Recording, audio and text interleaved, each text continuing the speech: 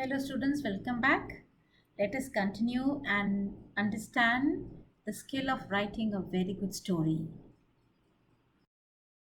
So far, we had learnt in the last class the fundamental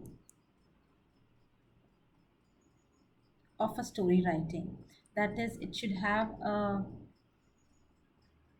good setting, have characters, there should be a plot,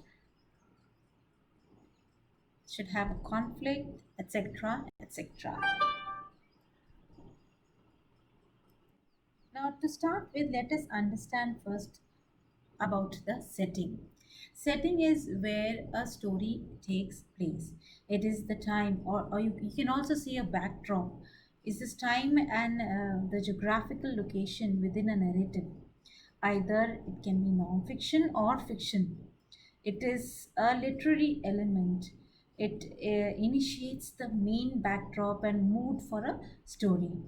The setting can be referred to as a story world to include a context beyond the immediate surroundings of the story, and it can include your culture, your historical period, geography, and the time, the hour, along with the plot, character, theme, and style. Setting is considered one of the fundamental components of the fiction. It can refer to the main events of um, the elements of the story writing include the passage of time, which can be static or it can be dynamic. In others, with, for example, changing seasons, whichever way the story demands. So it can be in three basic forms. It can be natural world or in the outside place. The natural landscapes or the world play an important part in a story or a narrative, along with living creatures in different times of weather conditions and seasons. The second form exists as the cultural and historical background in which the narrative resides. So, past events that have impacted the cultural background or characters or locations are significant in this way. So, and the third form of a setting is a public or private place that has been created, maintained, or resided in by people. So remember, the first one is the natural world, second can be the historical background, and the third one can be the public or private place. Then comes the plot of the story. We had dealt with plot of the story in detail in the previous one, but here I will give you another example of a roller coaster to have a clearer idea. Now you sit in a roller coaster and you are a little afraid. You sit in a roller coaster, you tie yourself with all kinds of belts and all, and then there is some kind of a feeling in you. Then you slowly the roller coaster proceeds and reaches height and keeps on reaching and reach a time when you know it's the highest point of the roller coaster, and you feel there are butterflies in your stomach and you don't know what to do, and the things are going to end for you, and that's the climax. And then you start falling down with some kind of a weird feeling, and then slowly and slowly you come and the roller coaster stops, and then you realize, oh god, it wasn't so difficult, it was rather enjoying it. So, plot of a story is the arrangement of events and actions within a story or a storyline. And then comes your characters or characters. The story can have one protagonist, antagonist, or you can have other characters. But a simple story or a good story will not have too many characters, then you will get confused.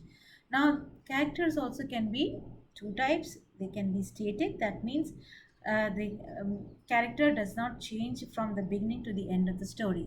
Like, for example, you would have read Sherlock Holmes or Tom Sawyer, so they remain the same.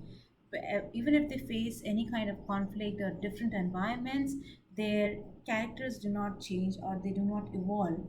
Okay, so their persona is natural, appealing, and they don't have to change for readers to love them. That's how they are. So they're called a static character.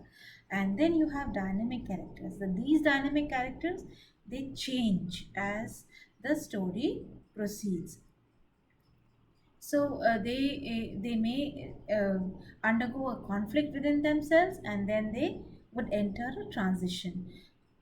Here they can have flaws, they can be flawless. So whatever they have, if the flaws are shown, they can be interesting.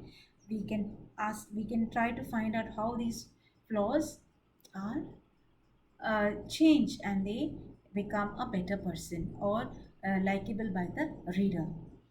And they also tend to be the characters who are the central to the story. They are the maybe the protagonists. Then comes your point of view. This is very important while writing a story.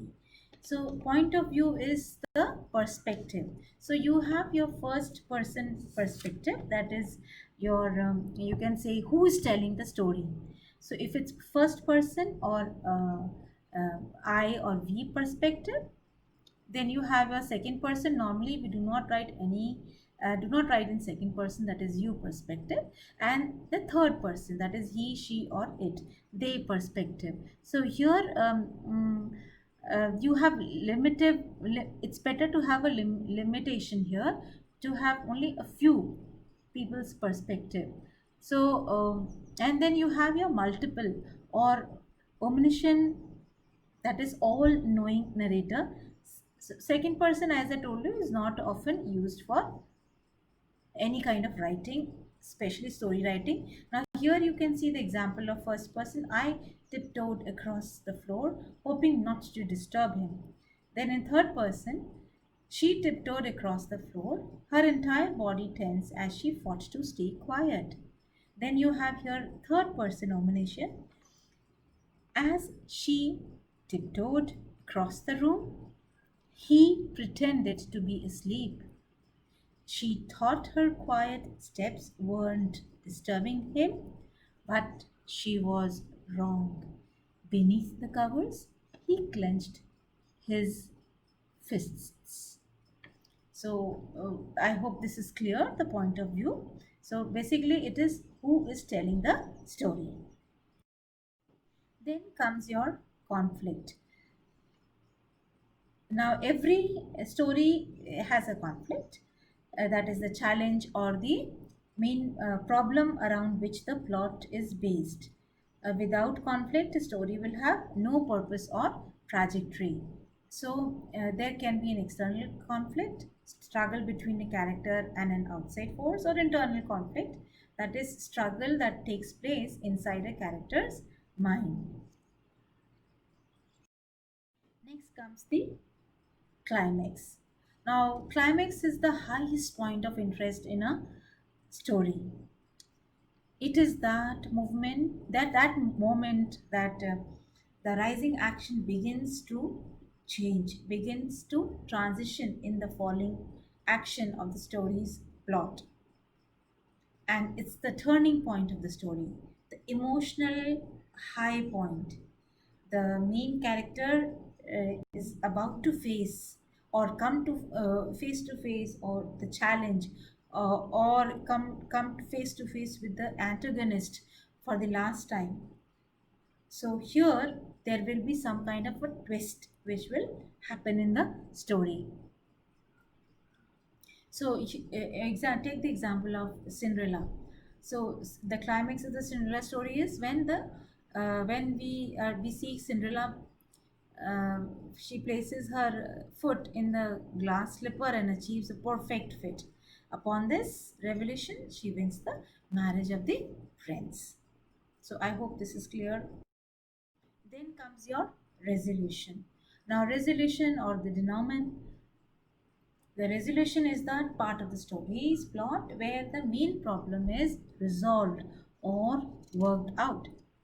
It occurs only after the falling action. and it is typically where the story ends.